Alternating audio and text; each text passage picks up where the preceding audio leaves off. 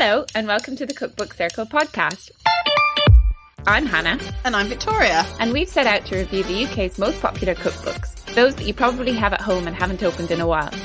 We take one cookbook each episode to cook from and to stress test, digging out their best recipes, bringing them to life again, and hopefully inspiring you to do so too.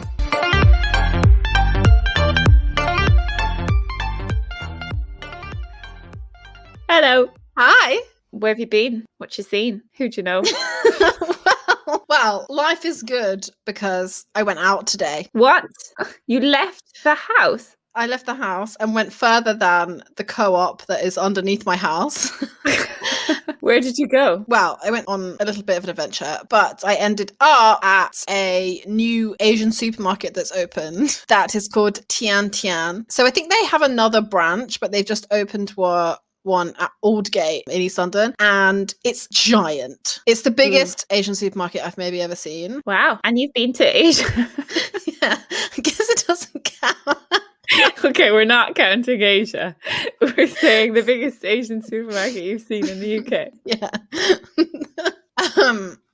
Yeah. But that raises a good point that if anyone's ever lived in Japan, there's a supermarket called Sunny, and they sell a lot of like Asda stuff. Like actual Asda brand. Yeah. It's great. They always had Asda chocolate, which chocolate in Japan is shit. Yeah, but the snacks are so good. I didn't miss the chocolate. Did you not like Crunky Pop Joy or whatever it was called? That's my favourite snack. Oh my God. And then there was like the crisps that were coated in chocolate. Loved them as well. Yeah. That was weird. And Pocky, obviously. I'm more of a like bakery fiend in Japan. All the like sweet bakery treats. So it's not a bakery, but one of the convenience stores does this. It's called a mochi choco bun, I think. And that's our band name of the week. And it's like a chewy, chocolatey, like a brioche, but yeah, it must have some rice flour in it to give it that chew. Yeah. And then it's got like chocolate chips, and my God, it's the greatest thing ever. And I miss it and love it and wish I could bring it or make it. Actually, I wish I could make it. But also, I thought Japanese, I didn't try any mochi chip cake. Chip cakes. But I thought that the Japanese do French bakeries better than the French themselves. Yes. They've got some amazing things in there. They smell like crack. I don't know, I haven't smelled crack, but I can only imagine. And they used to do these bread buns, and it basically had just like a lump of cheese in the middle. And it was just an all-in-one cheese sandwich, but it was so delicious. I just wanted to cry. I think I only discovered it about halfway through my very short time in Japan, and I was so grateful because otherwise I would have like rolled on the plane. There was a place I'd go to pretty much every day on my way to work that would sell this. It was called a bacon epi. It just was like a bacon like twist. It was the nicest thing, like really crunchy, crispy on the outside, bacon in it. Oh, all twisted. Oh, the dream. Oh, I miss it. A savoury puff kind of pastry is just the ultimate thing. Just heaven. We've totally digressed from your trip to the Asian supermarket. They didn't have any bacon eppies, but what they did have was basically everything else I could have wanted. Spent a lot of money. I got actually your recommendation, which was black pepper sriracha, which I hadn't seen before, but you got it recently and I was like, I have to have that. Obsessed with that. It's so good. It's a bit spicy. It's obviously a bit peppery, but I eat it on everything. Also, sometimes when you go to fancy Asian supermarkets, I feel like it's quite expensive, but this place was very, very reasonably priced. I didn't think anything was like, whoa, that's expensive. Yeah. When you were checking out, did you tell them that you work for a podcast and they said you could have a discount if you mentioned how reasonable they were and how much they had in this supermarket? Maybe I did. And head on down, guys, to Tian Tian, okay, East. But it's going to be great. So they obviously at the moment, because we're still kind of locked down, they didn't have any fresh food or anything like that, apart from the bakery stuff. But it looks like they've got like a whole counter of what will probably be like sushi and like fresh stuff, which is great. And I also read that they're going to have the biggest selection of those little moons, you know, those mochi things that are filled with ice cream, I think. So if that's your jam, which I've never really tried them, but I think I'd like them, but I also feel like they're probably way overpriced. Yeah, probably. Mochi, the jury's still out for me on that one. Oh, really? Yeah. Do you know in Japan, because obviously when I was there, I didn't speak Japanese like a pleb, but you did. So like every time you bought something, you were really rolling the dice. Yeah. So I bought a couple of those and then it would be something weird in it. And I'm not a big fan of that like red bean paste. Yeah. And then I was obsessed with the like onigiri rice balls or rice like, triangles. And I thought like they're all color coded, but they vary the colors per supermarket. So I thought I'd be buying a very innocent one with egg or something. And then one time it was just these tiny little fish, you know, the little, and you could see their little eyes. Yeah. And they were really smoky and fishy. And I got burned a good few times in Japan, actually. Yeah. The onigiri thing is such a gamble. Like, Yeah. even when you speak Japanese. Also, shout out to the Konbini boys on Twitter. And they also have a podcast. If you're interested in what Japanese convenience stores sell, they have a Twitter feed. Oh my God. And they're brilliant and hilarious. And they tweet about all the new things that come out. If that's what you're interested in, that's your place to go on the internet. They are little treasure troves, Konbini. We could do an entire podcast on that. And we should.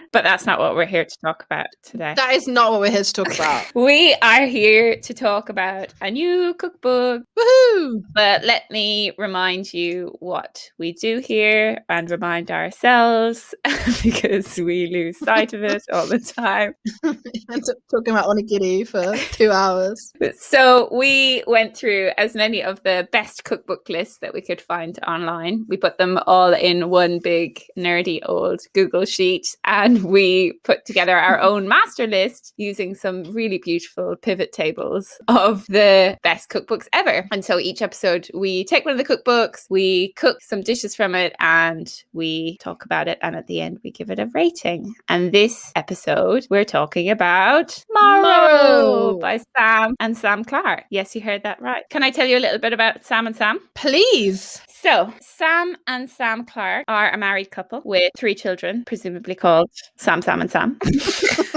The stories vary a little bit about how they actually met. One says that they were introduced by a mutual friend because this mutual friend found it entertaining that they both have the same name, because they're not just Sam and Sam, they're actually both Sam Clark. What? Yeah, so the lady is Samantha Clark with an E and the man is Sam Clark without an E. And then they got married and they became Sam and Sam Clark minus the E. Oh, yeah. I would have loved to have been in the room where they had the conversation about whether to keep or drop the E. Sam and Sam, get in touch. Let us know. So, yeah, one story says that they were introduced by a mutual friend who found it entertaining. They had the same name. And then I read a piece by Samantha Clark where she said they met at the Eagle, which was kind of seen as one of the primary gastropubs in the UK.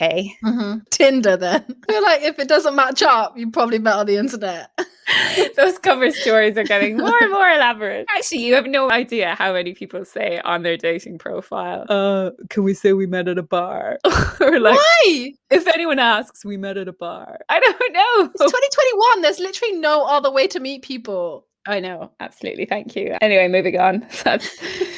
Let's not get into that now. So from there, they worked in the River Cafe, which is obviously quite famous, and it's known for very simply cooked food using really good ingredients. And this is kind of a principle that they've taken on to future things. So then they got married, and when they were newly married, they took off in a camper van through Spain and Morocco to the Sahara. They said that this journey was all about learning like new flavors and technique and making sure that the food that they cooked, which they had a real interest in kind of North African, Eastern Mediterranean, Spanish food, but they didn't want it to taste like it had been cooked by an Anglo-Saxon, basically. Their words, not mine. And they wanted to learn more about the language of spice, which could also be our band name. Especially after we eat all that black pepper sriracha.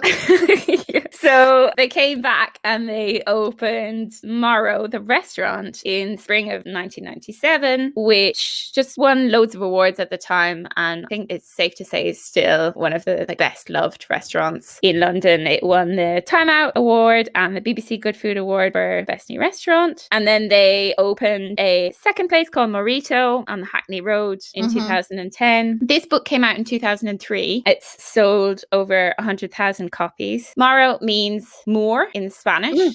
And that gives a hint to the type of dishes that were in here. Like, I initially thought that Moro was all Spanish food. And then I was surprised when we got the book that there was a lot more Middle Eastern and just Eastern Mediterranean, North African dishes in there. So that was a pleasant surprise. There's like some Lebanese. Yeah, me too. Yeah, I thought the same. So that it was exciting. You don't sound excited.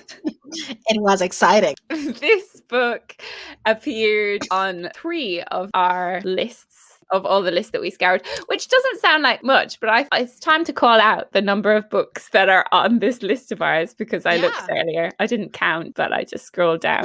Luckily, Excel does that for you.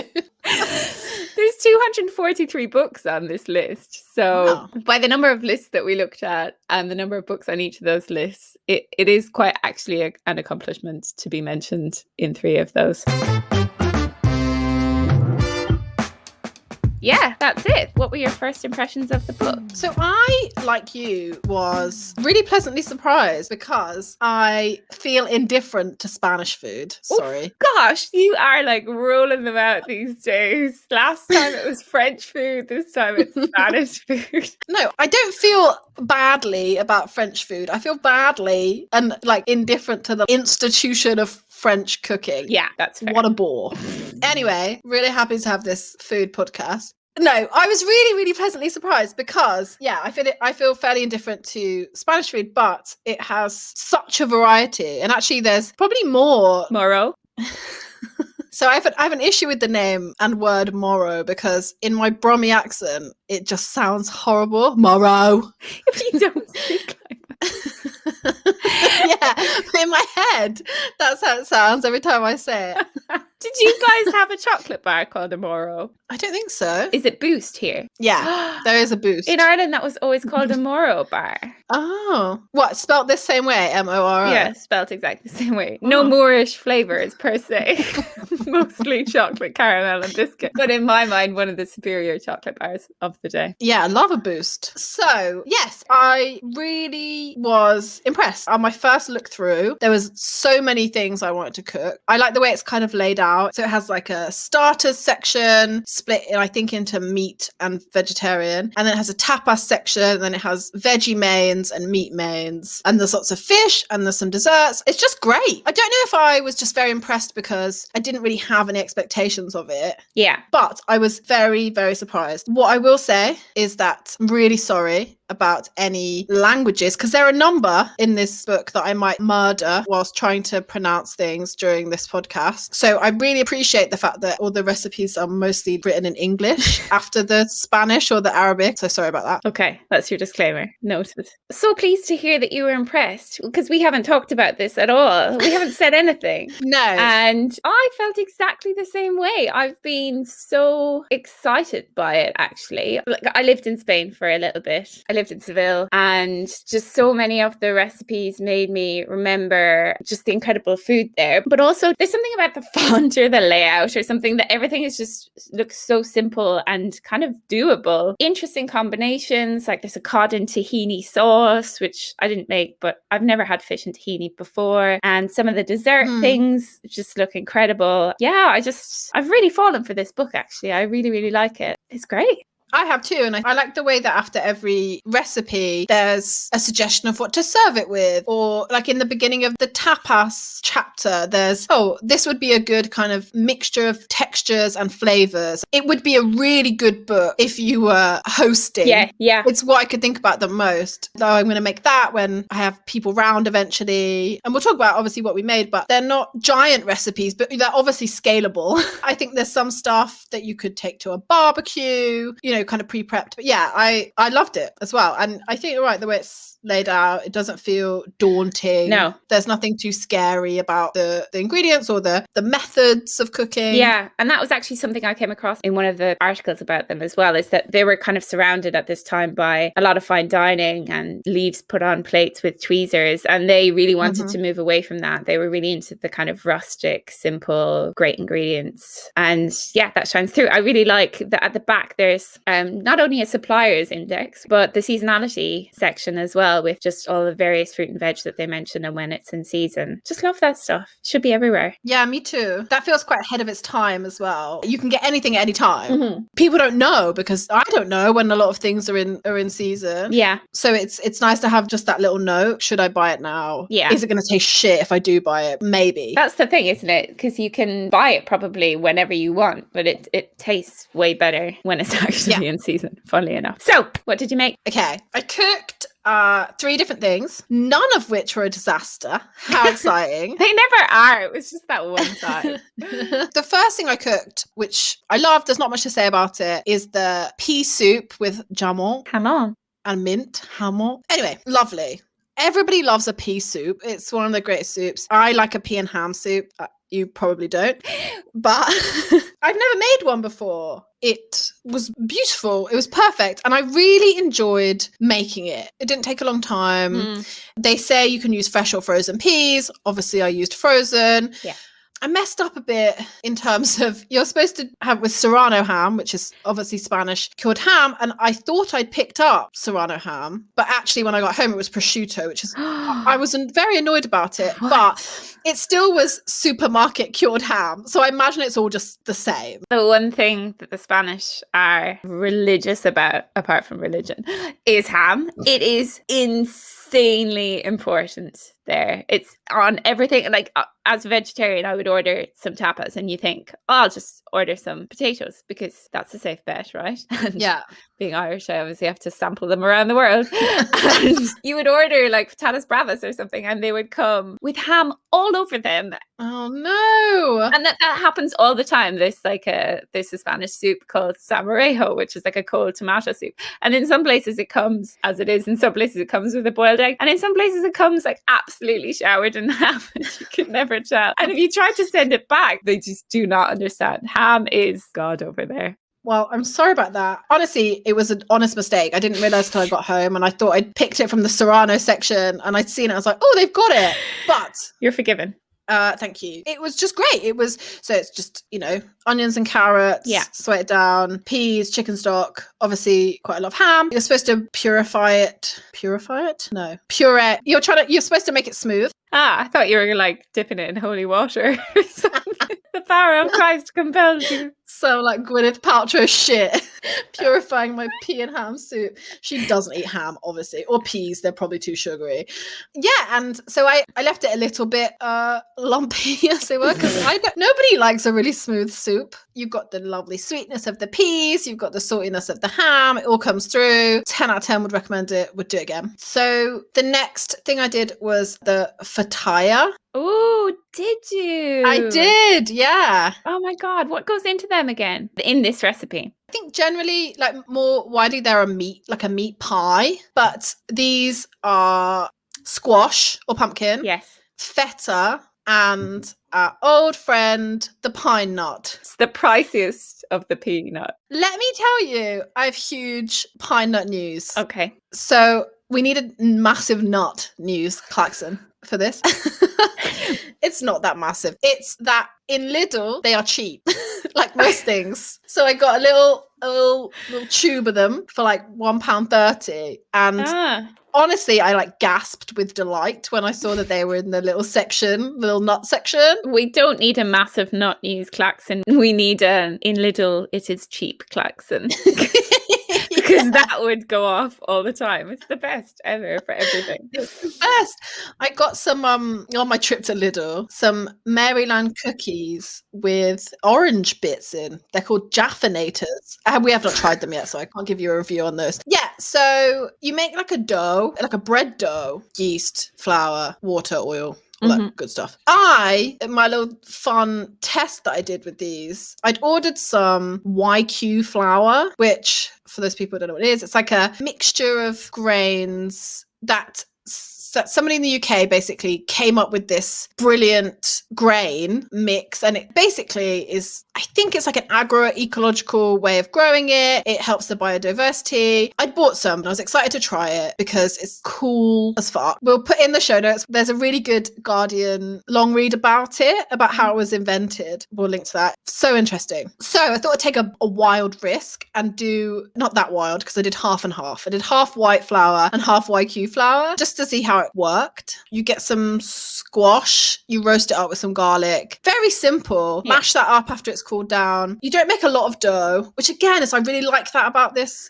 It's the opposite of David Chang, where you're just making lots of everything and you've got it in your fridge for weeks. This recipe in the book makes 4 of these fatayas. You cut the dough into 4, you roll it out, you put the squash in, feta, pine nuts, and then you're supposed to fold it up in this beautiful triangle. I'm just bad at that stuff, or I don't like to follow instructions. I don't know what's wrong with me. So only one of mine was a triangle. One ended up looking like a Chinese dumpling, and the rest just kind of looked a bit of a mess. I'm so sorry. I apologize to the guys. But then you put them in the oven for a bit, and they're great. My one thing about it, like the squash maybe could have used like a harissa or something to just give it a bit of a kick, because you got that, then the feta and the pine nuts. Like I just would have liked that kick. Yeah. Then you're supposed to serve it, and we did serve it with this like tahini sauce, which is kind of tahini, lemon, salt, pepper, oil. Lovely, really nice. They would be great for like a picnic. Like you could make them the day before. It wouldn't matter if they were cold. Love them. And the flour was great. It tasted just really like whole grain wheat flour. Yum, sounds great.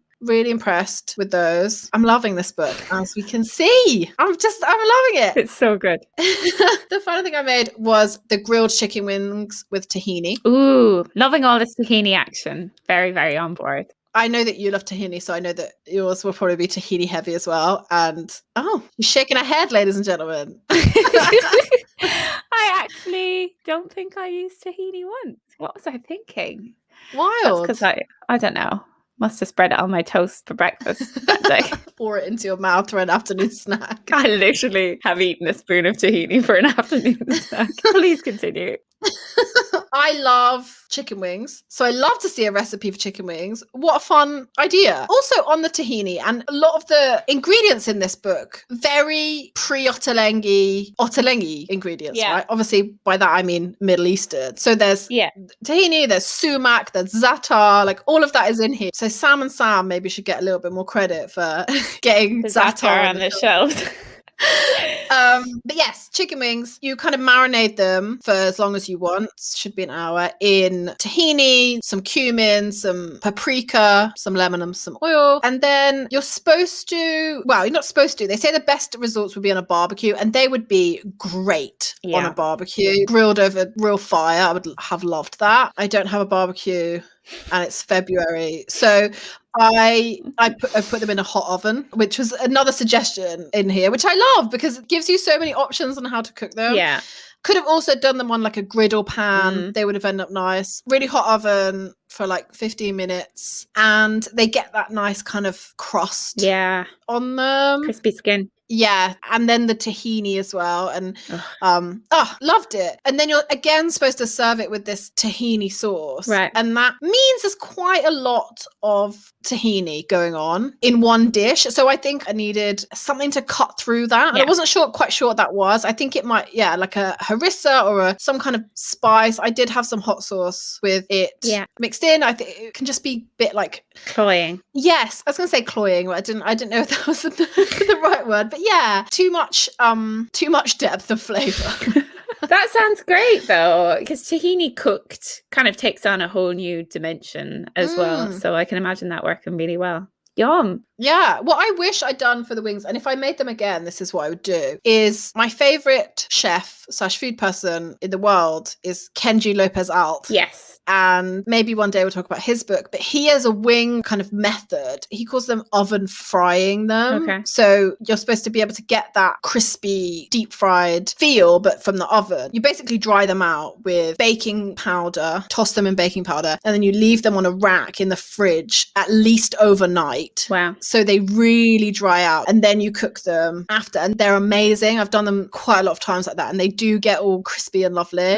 And then you can toss them in whatever you want. So I would do that if I did it again. Wow. Kenji Lopez Alt. I'm ashamed to say I only really discovered or like noted the name within the last couple of weeks, because there was the viral scrambled eggs recipe. Yes. Where to be like super creamy scrambled eggs, you make almost like a kind of, they call it a slurry, which I feel is an unfortunate word, but maybe that's just like my rural upbringing and the smells associated with that. But it's like a slurry of corn flour and water, and then you mix that in with the scrambled eggs, and it's meant to make them super creamy and delicious, which I'm definitely going to try. It sounds great. It just seems like he's the technique person, right? Trying crazy new shit. Yeah, I think he has like all sorts of chemistry background. So he's very scientific, worth a follow on Instagram. Yeah. Anyway, so yeah, really happy with all I cook. Would cook all of them again. Even made the dough and didn't feel like I'd messed it up. Even hand kneaded it. Wow. I know. What a lovely, wholesome tale this is. I know. I'm a changed woman. Love it. What did you make? I made a few things because I was cooking for my flatmates. That's the other great thing about the book, is everything fits in so well together that you can definitely just pick and choose what you're feeling. So I made the aubergine and red pepper with caramelized butter and yogurt. Ooh. I made the chickpea salad. I made patatas bravas. And I made flatbread to go with it all. So many things. So many things. And like you, everything was wonderful. The flatbread, I do think I buggered up a little bit because it was very crispy. And it does say to brush it with a little oil and pull it from the oven before it gets too crispy. So my bad, I think I buggered that up slightly. But the other things all turned out perfectly. There's the patatas bravas. So you very hoppy-esque twice cook the potatoes. You blanch them in oil first. And then you make your tomato sauce on the side, which is quite like a little bit spicy. It's got some paprika going on in there, and it's just got an amazing depth of flavor. And you crisp up the potatoes again on the second cook, and then you serve it all together. Again, I really need to eat dinner before we do this podcast, because when I start talking about the food, I then have to I just start salivating like a creep. The chickpea salad was so good, and I feel like that would be a really good barbecue dish, because it's all just cold. There's not really any cooking required. What's interesting is you start off by making a paste with garlic and salt, and you kind of mix it all up, so it literally goes to a paste, shockingly. But that mixed with everything is just such a great way to eat raw garlic that isn't gonna completely just kill you. Yeah. So then it's that garlic paste, onion, red wine vinegar, cucumber, tomato, green chili, mint, coriander, chickpeas, which you're meant to soak. Guess who took the shortcut and bought the tinned chickpeas? There are people. They're your people. I'm not the dried bean girl here. That sits in the fridge, and all the flavors kind of melt together, and it's just so fresh tasting, a little bit spicy, a little bit cooling. It's just bloody great. And then the aubergine and red pepper with the yogurt was really interesting. It's a Turkish dish. So you grill the aubergines and peppers till the skin comes off, till it's kind of all burnt and blistered. And you then peel it, and you make the aubergine into kind of a pulp, which isn't everyone's cup of tea. A lot of people think aubergine's a bit slimy. It's slimy. Yeah, but I disagree with those people. You slice the red pepper, and then it's served with what they call caramelized butter, but I think most of us know it as brown butter. So you cook it till it kind of sizzles and gets all nutty, and then you serve it with some Greek yogurt that's just thinned out a little bit. It's such a interesting, rich but light blend of flavors, and obviously you kind of scoop it up with bread because it's all quite saucy. Saucy. It was just brilliant. Question. When you're kind of blackening your aubergines and peppers, do you have a gas hob in your flat? No, if I did, I would just do it on the gas hob. I just did it under the grill. So it takes a little bit longer, but it still kind of gets there in the end. Sounds like we've got to have a barbecue. I know. Post all of this A Moro barbecue. But yeah, we shouldn't kind of pigeonhole it that way because there's loads of things that you can do that are just appealing. It's just like it's great entertaining food because it's quite easy, a lot of complementary flavors and everything you can buy pretty readily. Yes, that's what I was going to say to you. Like, did you have to buy anything special for this? Because I didn't. I had most things. No, literally nothing weird to buy at all. No, the only thing, there's a couple of really nice recipes with saffron. I don't really know where to buy saffron. M&S have it for like $1.50. Do they? Of all places to have anything for $1.50, M&S have saffron for $1.50. Wow. Another cool thing about it is that every few pages they'll focus in on an ingredient or something. So I've just turned to the saffron page and they talk about what it is, and there's like a nice picture of like a saffron box, I guess. And they talk about, things like anchovies and sardines. Yeah. Because obviously that's big in Spain and Portugal. It made me actually want to do is change all of my crockery. Oh. Because I just feel like also the pictures in here are really lovely, and they've got all these lovely bowls and Moroccan looking bowls and stuff, and all of my bowls are crap and I want more. So that's all. If you want some kitchen porn, look at always Sam and Sam Clark on Modern House website and The Guardian. They live in Highbury or somewhere really nice. Yeah. And they've got a 1950s cooker that's from the kitchens of Westminster Abbey. Oh, cool. And their kitchen just looks gorgeous, and I bet they have really nice crockery as well. So was there anything else that you wanted to cook? I feel like I already know the answer to this question. Yes, the salt cod croquettes I was very, very almost going to make because I love them. Who doesn't love a croqueta? Yeah. But I tend to shy away from the deep frying part of it. I'm worried about the smell. I'm worried about my cat jumping in there. Oh, I thought you meant I just got things I'm worried about. My cat, my job, smells, the environment. Coronavirus. So, but that is on the list. And also, maybe if I ever get like an air fryer, I wonder how they'd go in there. I don't want to buy an air fryer, but I'd like to try one. I wish there was like a library of air fryers where I would just go borrow one for the day. Have you seen into the future? A library of things.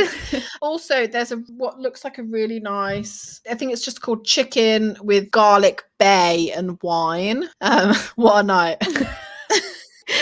It's the step up from Netflix and chill.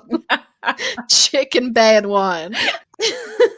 Which again, it's just like looks like a nice, evening dish. Right. So, and basically everything. Yeah. It's just everything. Really love it. What about you? Very many things. Adobo. Yeah. So in Seville, loads of places do adobo, which is like a marinated fish, and it's quite zingy. It's quite there's a lot of vinegar in there. It's addictive. It's so good. And there's a recipe for adobo in here. It mentions using dogfish, which I don't know. I've never seen that here. It said you can use like monkfish or something as well. So I would really love to try and make that here. There's poached eggs with yogurt, sage and chili, which sounds really good. I think Nigella made Turkish eggs, quite fashionable. And again, maybe Sam and Sam Clark should be credited with a little something there because this predates that. I feel like if there's anything that this podcast has taught us is that nobody should be credited with anything because somebody did it first. Yeah.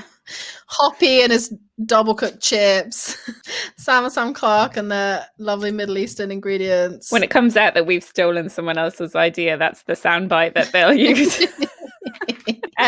Just so much. There was also a walnut, lemon and cardamom cake, which looks yum. Yes. Yeah, I guess maybe that we should be fair. We have slated other books for not having many photos, and this doesn't have a huge amount of photos, so we should probably call that out. Yeah. Or not. Wow, you really are at that. I like the photos. Yeah, but there's not photos for everything.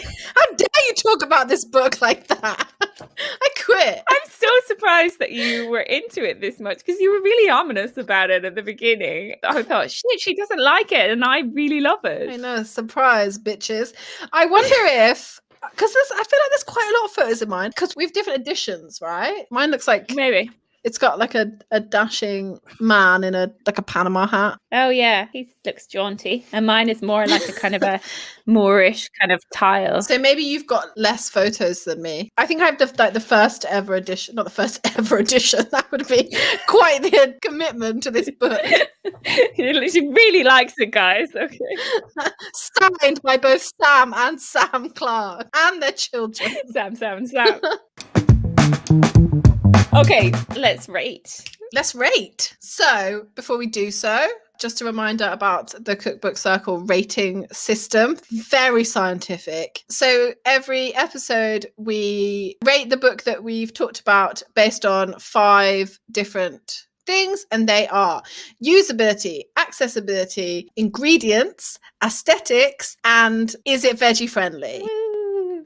We always choose a different thing to rate with. So, for example, last time with David Chang, we rated that out of piggies because he loves pork. There's pork all over that book. And this time we are, unsurprisingly, rating it out of 5 Sams. Sam, you get a Sam. Everybody gets a Sam. Hannah, how many Sams does Sam and Sam's book get? 5. The first 5! No, I gave How to Eat 5 as well. Damn it. Our first baby podcast, eldest baby, firstborn. The first Sam. They all started looking the same after that. I think this is equally as deserving. I think it's simple while being interesting, easy to navigate. It's easy to find all the ingredients. It's got just a whole range of stuff. It is veggie friendly because there are many vegetable dishes in there and they're called out separately. And it's just excellent. It's a new favorite. Yeah. What about you? You're not going to give it 5? I'm also giving it 5. Shut up! Yeah! Oh my God. There's no fault even I can find, apart from, perhaps excessive tahini use. No such thing.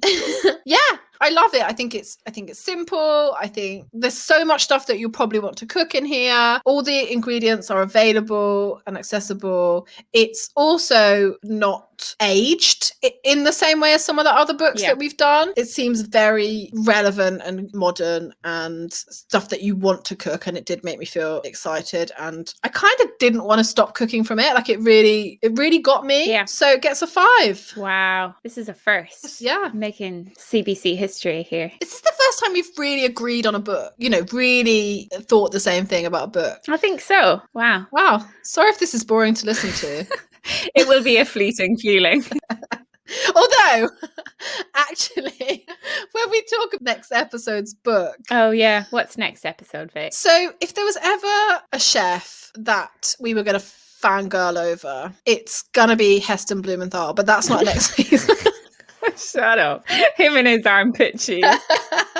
No. If this episode's book was a kind of a shock in terms of how much we were impressed by it, next episode's book, we are both expecting that we'll be impressed and fangirling over it. So we'll give you that warning now. And it is Nigel Slater's Kitchen Diaries Part 1.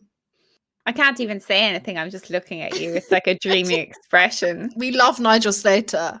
Just love that man. I mentioned him earlier in this episode. I think we might have mentioned him in every episode. And thank God we're finally getting to him. I feel like we've put it off. Delayed gratification for this one. So check back in if you want to just see us as, 2 heart eyes emojis talking. We don't know that. We might find fault. I've had a little browse, but I haven't started cooking from it yet. And, maybe it'll be shite. We don't know. It's not going to be shite. Okay, we'll hold back some of the dreamy talk for the actual episode. Episode 6. Woohoo! Thanks to everyone who's listened to our first 5 episodes. It's been really overwhelming. Incredibly overwhelming. In a good way. We're not like rocking back and forward in a corner about it. We're really happy, and we have lots of really fun, exciting countries listening to us. We don't know who you are. We don't know how you found us. You don't know why you're listening to us, but thank you so much either way. But let us know. Let us know who you are, why you're listening, and if you like us, please tell us. We'll see you next time. Bye! Thanks Thanks so much for listening to this episode of the Cookbook Circle. Don't forget to subscribe wherever you listen to your podcast, and if you've enjoyed it, please leave us a review as it helps others to find us. You can see how the recipes from this episode turned out on our Instagram @CookbookCircle. And if you make anything from the books we talk about, please don't forget to tag us. See you next time. Bye!